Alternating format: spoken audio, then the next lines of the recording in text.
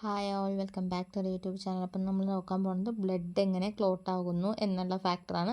അതുപോലെ ഒരു മുറി ഉണ്ടായി കഴിഞ്ഞാൽ അതെങ്ങനെ ഹീലാകുന്നു എന്നുള്ള പ്രോസസ്സാണ് നമ്മൾ നോക്കാൻ പോകുന്നത്. ക്ലോട്ടിങ് ഓഫ് ബ്ലഡ് ഒക്കെ ചെയ്യുന്ന ഒരു ഇഞ്ചുറി ഉണ്ടായി കഴിഞ്ഞ് കഴിഞ്ഞാൽ പ്ലേറ്റ്ലെറ്റ്സും അവിടെയുള്ള പ്ലേറ്റ്ലെറ്റ്സും ടിഷ്യൂസൊക്കെ എന്ത് ചെയ്യുന്നു, ഡാമേജ് ആകുന്നു. അപ്പോൾ ആ ഡാമേജ് ആയത് എന്ത് പ്രൊഡ്യൂസ് ചെയ്യുന്നു, ത്രോംബോപ്ലാസ്റ്റിൻ എന്ന് പറഞ്ഞിട്ടുള്ള ഒരു എൻസൈംസ് പ്രൊഡ്യൂസ് ചെയ്യുന്നു.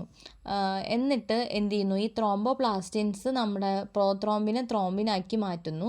അതുപോലെ ത്രോംബിൻ എന്ത് ചെയ്യുന്നു, വീണ്ടും ഫൈബ്രിനോജനായിട്ട് മാറുന്നു.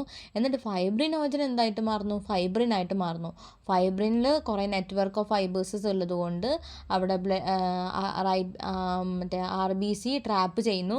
RBCനെ ട്രാപ്പ് ചെയ്തിട്ട് എന്ത് ചെയ്യുന്നു, ബ്ലഡ് ക്ലോട്ട് ചെയ്യുന്നു. കുറേ ഫൈബേഴ്സ് പോലുള്ള നെറ്റ്വർക്ക് ഫോം ചെയ്യുന്നു ഈ ഫൈബ്രിനോജൻ വെച്ചിട്ട് ഫൈബ്രിൻ ഫോം ചെയ്യുന്നു. ഈ ഫൈബ്രിൻ കുറേ ഫൈബർ നെറ്റ്വർക്ക് ഫോം ചെയ്യുന്നു. അതുകൊണ്ട് എന്താ, ബ്ലഡിനെ അവിടെ ബ്ലോക്ക് ചെയ്യുന്നു. നമ്മുടെ പുറത്തേക്ക് വരുന്ന ബ്ലഡിനെ അവിടെ ബ്ലോക്ക് ചെയ്യുകയാണ് ചെയ്യുന്നത്. അങ്ങനെ എന്ത് ചെയ്യുന്നു, ബ്ലഡ് ക്ലോട്ടാകുന്നു. അതാണ് ക്ലോട്ടിങ് ഓഫ് ദ ബ്ലഡിൽ നടക്കുന്നത്. എന്ന് വെച്ച് കഴിഞ്ഞാൽ ഒരു ഇഞ്ചുറി ഉണ്ടായിക്കഴിഞ്ഞ് കഴിഞ്ഞാൽ അവിടുത്തെ പ്ലേറ്റ്ലെറ്റ്സും അതുപോലെ ടിഷ്യൂ ഒക്കെ ഡാമേജ് ആകുന്നു. അപ്പോൾ ഡാമേജ് ആവുന്ന സമയത്ത് അവിടെ ത്രോംബോപ്ലാസ്റ്റിൻ ഉണ്ടാകുന്നു. ഈ ത്രോംബോപ്ലാസ്റ്റിൻ്റെ സഹായത്താൽ പ്രോത്രോംബിൻ ത്രോംബിനായിട്ട് മാറുന്നു. എന്നിട്ട് ഈ ത്രോംബിനെ വീണ്ടും കൺവേർട്ട് ചെയ്ത് ഫൈബ്രിനോജനായിട്ട് മാറുന്നു. ഈ ഫൈബ്രിനോജൻ വീണ്ടും കൺവേർട്ടായിട്ട് ഫൈബ്രിനായിട്ട് മാറുന്നു. എന്നിട്ട് ഈ ഫൈബ്രിൻ കുറേ നെറ്റ്വർക്കൊക്കെ ഫോം ചെയ്യുന്നു. അങ്ങനെ RBCയുടെ ഫ്ലോവിനെ ബ്ലോക്ക് ചെയ്യുന്നു. അങ്ങനെ എന്താകുന്നു, ബ്ലഡ് ക്ലോട്ട് ആകുന്നു. ഇനി വൗണ്ട് ഹീലിംഗ് എങ്ങനെ നടക്കുന്നത് വെച്ച് കഴിഞ്ഞാൽ പാത്തജൻ്റെ എൻട്രി പ്രിവെൻറ്റ് ചെയ്യാനും അതുപോലെ wounds care remain there. Healing is occurs by connective tissue and instead of same tissue. Connective ടിഷ്യൂസിൻ്റെ സഹായത്തിൽ എന്ന് വെച്ച് കഴിഞ്ഞാൽ അവിടെയുള്ള ടിഷ്യൂസിനെ അല്ലാതെ കണക്റ്റീവ് ടിഷ്യൂവിൻ്റെ സഹായത്താൽ പകുതി അതിൻ്റെ മാർക്കൊക്കെ അവിടെ കിടക്കുന്നുണ്ടാവും. പക്ഷെ എന്താവും, വൗണ്ട് എന്ന് വെച്ച് കഴിഞ്ഞാൽ വൗണ്ട് ഹീലാവുന്നത് എന്തിനാണെന്ന് വെച്ച് കഴിഞ്ഞാൽ പാത്തോജൻ്റെ എന്ന് വെച്ച് കഴിഞ്ഞാൽ ആ മുറിയിലൂടെ പാത്തോജൻ പുതിയ ഏതെങ്കിലും ബാക്ടീരിയ ഒന്നും എൻ്റർ ആവാതിരിക്കാൻ വേണ്ടിയിട്ടാണ് വൗണ്ട് വേഗം ഹീലാവുന്നത്. പക്ഷെ അതിൻ്റെ മാർക്കും സ്കെയറൊക്കെ എന്താവും, അവിടെ തന്നെ കിടക്കുന്നുണ്ടായിരിക്കാം. ഇനി സ്പെസിഫിക് ആയിട്ട് അല്ലെങ്കിൽ അക്വയർഡ് ആയിട്ടുള്ള ഇമ്മ്യൂണിറ്റിയാണ് നമ്മുടെ T ലിംഫോസൈറ്റ്സും അതുപോലെ B ലിംഫോസൈറ്റ്സും. B ലിംഫോസൈറ്റ് എന്ന് പറഞ്ഞു കഴിഞ്ഞാൽ ആൻറ്റിബയോട്ടിക്സ് എന്ന് വെച്ച് കഴിഞ്ഞാൽ നമ്മുടെ ഒരു ശരീരത്തിലേക്ക് ആൻറ്റിജൻ എൻ്റർ ചെയ്ത് കഴിഞ്ഞ് കഴിഞ്ഞാൽ അതിനെതിരെ ആയിട്ടുള്ള ആൻറ്റിജൻ ഉണ്ടായിക്കഴിഞ്ഞാൽ ആൻറ്റിബോഡീസ് ഉണ്ടാക്കുന്നു. അതാണ് B ലിംഫോസൈറ്റ് ചെയ്യുന്നത്. T ലിംഫോസൈറ്റിൻ്റെ കേസ് എടുക്കുകയാണെങ്കിൽ നമ്മുടെ ഇൻഫെക്റ്റഡ് ആയിട്ടുള്ള സെൽസിനെ ഐഡൻറ്റിഫൈ ചെയ്യാനും ഡിസ്ട്രോയ് ചെയ്യാനും, ക്യാൻസർ സെൽസും അതുപോലെ ഇൻഫെക്റ്റഡ് ആയിട്ടുള്ള സെൽസിനെ ഐഡൻറ്റിഫൈ ചെയ്ത് കണ്ടുപിടിച്ചിട്ട് അതിനെ ഡിസ്ട്രോയ് ചെയ്യാൻ സഹായിക്കുന്നത് T ലിംഫോസൈറ്റ്സ് ആണ്. ഇനി ആർട്ടിഫിഷ്യൽ ആയിട്ടുള്ള ഇമ്മ്യൂണിറ്റി എന്ന് പറഞ്ഞു കഴിഞ്ഞാൽ നമ്മൾ വാക്സിൻ എടുക്കാറുണ്ട്. വാക്സിനേഷൻ വഴിയാണ് നമുക്ക് എന്ത് ചെയ്യുക, നമ്മുടെ ശരീരത്തിൽ ആർട്ടിഫിഷ്യൽ മീൻ ഓഫ് ഇമ്മ്യൂണിറ്റി നമുക്ക് കൊടുക്കാൻ പറ്റുക. വാക്സിൻ ചിലപ്പോൾ ആക്ട് ആവുന്നത് എന്താണെന്ന് വെച്ച് കഴിഞ്ഞാൽ വാക്സിൻ നമ്മൾ ചെയ്യുന്ന സമയത്ത് ഒരു ആൻറ്റിജൻ ആയിട്ടാണ് അവിടെ ആക്ട് ആവുന്നത്. എന്നിട്ട് എന്ത് ചെയ്യുന്നു, ആൻറ്റിബോഡീസ് പ്രൊഡ്യൂസ് ചെയ്യുന്നു. Dead, neutral, live germs or their parts are formed എന്ന് വെച്ച് കഴിഞ്ഞാൽ നമ്മൾ യൂസ് ചെയ്യണത്, ഇപ്പോൾ വാക്സിനായിട്ട് യൂസ് ചെയ്യണത് എന്താ പറയുക, ആൻറ്റിജൻ്റെ ഒരു ഡെഡ് റിമെയിനോ അല്ലെങ്കിൽ ന്യൂട്രലായതോ ലൈവ് ജേംസൊക്കെ ആയിരിക്കും യൂസ്. ഇപ്പോൾ ഒരു ബാക്ടീരിയ, ഇപ്പോൾ കോവിഡ് ആണെങ്കിൽ കോവിഡിൻ്റെ ബാക്ടീരിയ അല്ലെങ്കിൽ എന്തെങ്കിലും ഒരു പാർട്ടോ അല്ലെങ്കിൽ എന്തെങ്കിലും ഒരു ഡെഡായ ബാക്ടീരിയ അല്ലെങ്കിൽ ന്യൂട്രലായിട്ടുള്ള ബാക്ടീരിയ ലിവിങ് ആയിട്ടുള്ള ബാക്ടീരിയ ആയിരിക്കും നമുക്ക് വാക്സിനേഷൻ വഴി കുത്തിവെക്കുന്നുണ്ടാവുക. അപ്പോൾ അതിലെ എക്സാമ്പിളാണ് MMR, OPV, HPV, BCG, COVID-19. അതൊക്കെ എന്താണ്, എക്സാമ്പിളാണ്. ഇനി നമ്മൾ ഫസ്റ്റ് ആയിട്ടുള്ള കണ്ടുപിടിച്ച വാക്സിനാണ് കൗപോക്സ് ഡിസീസസിലുള്ള കൗപോക്സ് ജേംസ്. നമ്മൾ പഠിച്ചില്ലേ, സ്മോൾ പോക്സ് ഡിസീസസിനെ എഗെയിൻസ്റ്റ് ആയിട്ടുള്ള കൗപോക്സ് ജേംസ് വെച്ചിട്ട് എഡ്വാർഡ് ജെനിയർ കണ്ടുപിടിച്ച ഫസ്റ്റ് വാക്സിനാണ്. വാക്ക മീൻസ് കൗ. ഓക്കെ, കൗവിൻ്റെ മീനിങ് ആണ് വാക്ക, അതുകൊണ്ടാണ് വാക്സിനേഷൻ എന്ന് പേര് വന്നത്.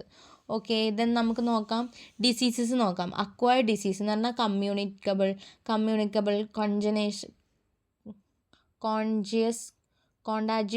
കോണ്ടാജിയസ് ആൻഡ് നോൺ കണ്ടാജിയസ് ആയിട്ടുള്ള ഡിസീസസ് എന്ന് വെച്ച് കഴിഞ്ഞാൽ നമുക്ക് കമ്മ്യൂണിക്കേഷൻ നടക്കുന്ന സമയത്ത് ട്രാൻസ്ഫർ ചെയ്യുന്ന കണ്ടാജിനസ് എന്ന് പറയുന്നു. അതുപോലെ തന്നെ കമ്മ്യൂണിക്കേഷൻ ഒന്നും ഇല്ലാണ്ട് ട്രാൻസ്ഫർ ആകുന്ന നോൺ കണ്ടാജിനസ് ഡിസീസ് എന്ന് പറയുന്നു. കമ്മ്യൂണിക്കേഷൻ ഒന്നും ഇല്ലാണ്ട് കമ്മ്യൂണിക്കേഷൻ വഴിയല്ല ട്രാൻസ്ഫർ ആകുന്നതിന് നോൺ കണ്ടാജിനസ് ഡിസീസ് എന്ന് പറയുന്നു. ഇനി കമ്മ്യൂണിക്കബിൾ ഡിസീസ് എന്ന് പറഞ്ഞാൽ കണ്ടാജിനസ് ഡിസീസ് എന്ന് വെച്ച് കഴിഞ്ഞാൽ ബാക്ടീരിയയോ വൈറസോ ഫംഗസോ പ്രോട്ടോസോവിയൊക്കെ കാരണം കൊണ്ടാണ് ഉണ്ടായിരിക്കുക. അവർ പ്രൊഡ്യൂസ് ചെയ്യുന്ന ടോക്സിൻസ് അത് നമ്മുടെ പ്രൊഡ്യൂസ് ചെയ്യുന്ന ടോക്സിൻസസ് അല്ലെങ്കിൽ എൻസൈംസസ് നമ്മുടെ ബോഡി ഫങ്ഷനെ ഡിസ്ട്രപ്റ്റ് ചെയ്യുന്നു. നമ്മുടെ മെമ്പറൽസിനും സെൽസിനെയൊക്കെ ഡിസ്ട്രക്റ്റ് ചെയ്യുന്നതുകൊണ്ടാണ് അങ്ങനെ വന്നത്. ഇനി നമുക്ക് നോക്കാൻ പോകുന്ന 2 അസുഖങ്ങളാണ് ട്യൂബറോകുലോസിസും അതുപോലെ തന്നെ റാറ്റ് ഫീവറും. ട്യൂബറോകുലോസിസ് എന്ന് പറഞ്ഞു കഴിഞ്ഞാൽ അവിടെ ആക്ട് ചെയ്യുന്ന പാത്തോജൻ എന്താ നോക്കണം, അതെങ്ങനെ ട്രാൻസ്മിറ്റ് ചെയ്യുന്നു, ആർക്കൊക്കെയാണ് എഫക്റ്റ് ചെയ്യുന്നത്, എന്തൊക്കെ സിംറ്റംസ് ആണ് ഉണ്ടാവുക, എങ്ങനെയൊക്കെ നമുക്ക് പ്രതിരോധിക്കാം, അതാണ് ഈ ബോക്സിൽ കൊടുക്കുന്നത്. ട്യൂബറോകുലോസിസ് എന്ന് പറഞ്ഞിട്ടുള്ള അസുഖം അത് കോസ് ചെയ്യുന്ന പാത്തോജൻ്റെ പേരാണ് മൈക്കോബാക്ടീരിയം ട്യൂബറോകുലോസിസ്. അപ്പോൾ ട്യൂബറോകുലോസിസ് കോസ് ചെയ്യുന്ന പാത്തോജൻ്റെ പേര് മൈക്കോബാക്ടീരിയം ട്യൂബറോകുലോസിസ്. അത് ട്രാൻസ്മിറ്റ് ചെയ്യുന്നത് എന്തിലൂടെയാണ്? കുഞ്ഞു കുഞ്ഞു ഡ്രോപ്ലെറ്റ്സ് എയറിലൂടെ വഴിയും അതുപോലെ കോഫ് ചെയ്യുമ്പോഴോ സ്നീസ് ചെയ്യുമ്പോഴോ ചുമയ്ക്കുമ്പോഴും തുമ്മുമ്പോഴും ടോക്ക് ചെയ്യുമ്പോഴൊക്കെ എന്ത് ചെയ്യുന്നു? ട്രാൻസ്ഫർ ചെയ്യുന്നു. അത് മെയിൻലി എഫക്റ്റ് ചെയ്യുന്നത് ലങ്സിനെയും കിഡ്നിനെയും ബോൺസിനെയും അതുപോലെ ബ്രെയിനിനെയുമാണ്. പിന്നെ അതുപോലെ പേഴ്സിസ്റ്റൻ്റ് ആയിട്ട് ഇടയ്ക്കിടയ്ക്ക് ഇങ്ങനെ കണ്ടിന്യൂസ് ആയിട്ട് ചുമ വരിക, ഫീവർ ഉണ്ടാവുക, പിന്നെ അപ്പറ്റൈറ്റ് ലോസ് ആവുക, പിന്നെ വെയിറ്റ് ലോസ് സംഭവിക്കുക, നല്ല ക്ഷീണം, പിന്നെ അതുപോലെ ബ്ലഡിൽ പിറ്റം ഫോം ചെയ്യുമ്പോഴാണ് ഇങ്ങനെയൊക്കെ വരുന്നത്. പിന്നെ BCG വാക്സിനേഷൻ പറ്റും. അതുപോലെ തന്നെ മൾട്ടിപ്പിൾ ആൻറ്റിബോഡീസസ് ഡൗട്ട് സൈമൾട്ടേനിയസ്ലി നമ്മൾ ട്രീറ്റ്മെൻറ്റ് നടത്തുമ്പോഴാണ് ട്യൂബറോകുലോസിസിൽ നിന്ന് മാറാൻ പറ്റുക. അപ്പോൾ ട്യൂബറോകുലോസിസ് കോസ് ചെയ്യുന്ന ബാക്ടീരിയയുടെ പേരെന്താണ്?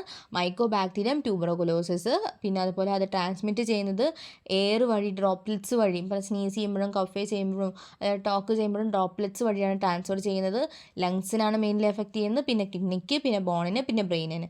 പിന്നെ പേഴ്സിസ്റ്റൻ്റ് ആയിട്ട് കോഫ് നടക്കുന്നു, ഫീവർ നടക്കുന്നു, വെയിറ്റ് ലോസ് സംഭവിക്കുന്നു, ക്ഷീണം ഉണ്ടാകുന്നു. പിന്നെ BCG ആണ് വാക്സിനേഷൻ. പിന്നെ നമുക്ക് ട്രീറ്റ്മെൻറ്റ് എടുക്കാം. മൾട്ടിപ്പിൾ ആയിട്ടുള്ള ആൻറ്റിബോഡീസ് ആയിട്ടുള്ള ഡോട്ട്സ് നമുക്ക് സൈമൾട്ടേനിയസ്ലി കൊടുക്കാം. അടുത്തതാണ് റാറ്റ് ഫീവർ എന്ന് പറയുന്ന ലെപ്റ്റോസ്പൈറോസിസ് എന്ന് പറയുന്നത്. അത് കോസ് ചെയ്യുന്നത് ലെപ്റ്റോസ്പൈറയാണ് കോസ് ചെയ്യുന്നത്. അത് മുറികളിലൂടെയും നമ്മുടെ മ്യൂക്കസ് മെംബ്രെയിൻസ് എന്ന് വെച്ചാൽ കണ്ണുകളിലും നോസിലും കാണുന്ന മ്യൂക്കസ് മെംബ്രെയിൻസിലൂടെയും പിന്നെ മുറികളിലൂടെയൊക്കെയാണ് നമ്മളുടെ റാറ്റിൻ്റെ യൂറിനുള്ള കണ്ടാമിനേറ്റഡ് വാട്ടർ കൂടെ നടക്കുമ്പോഴോ വൗണ്ട് വഴിയോ അല്ലെങ്കിൽ മ്യൂക്കസ് വഴിയോ ഉള്ളിലേക്ക് കയറുന്നത്. അത് കിഡ്നിയെയും ലങ്സിനെയും ലിവറിനെയും ബാധിക്കുന്നുണ്ട്. അതുപോലെ തന്നെ ഫീവർ ഉണ്ടാകുന്നു, ഹെഡ് ഏക്ക് ഉണ്ടാകുന്നു, കുറേ മസിൽ പെയിൻസ് ഉണ്ടായിരിക്കുന്നു, കണ്ണുകളിൽ റെഡ്നെസ് ഉണ്ടാകുന്നു, വോമിറ്റിംഗ് ഉണ്ടാകുന്നു. ഇതൊക്കെയാണ് അതിൻ്റെ സിംറ്റംസ്. പ്രിവെൻറ്റീവ് മെഡിസിൻസ് നമുക്ക് യൂസ് ചെയ്യാം. അതുപോലെ ബയോട്ടിക്സിൻ്റെ ട്രീറ്റ്മെൻറ്റ് നമുക്ക് എടുക്കാം. ഇതൊക്കെയാണ് ലെപ്റ്റോസ്പൈറോസിസ് അല്ലെങ്കിൽ റാറ്റ് ഫീവർ ഉണ്ടാകുമ്പോൾ നമ്മളുടെ സിംറ്റംസും പാത്തോജനും അതുപോലെ അതിൻ്റെ കോസസും ട്രാൻസ്ഫറൊക്കെ നമുക്ക് നോക്കിയത്. ബാക്കി ഞാൻ നെക്സ്റ്റ് വീഡിയോയിൽ പറയാം. Thank you and have A nice day.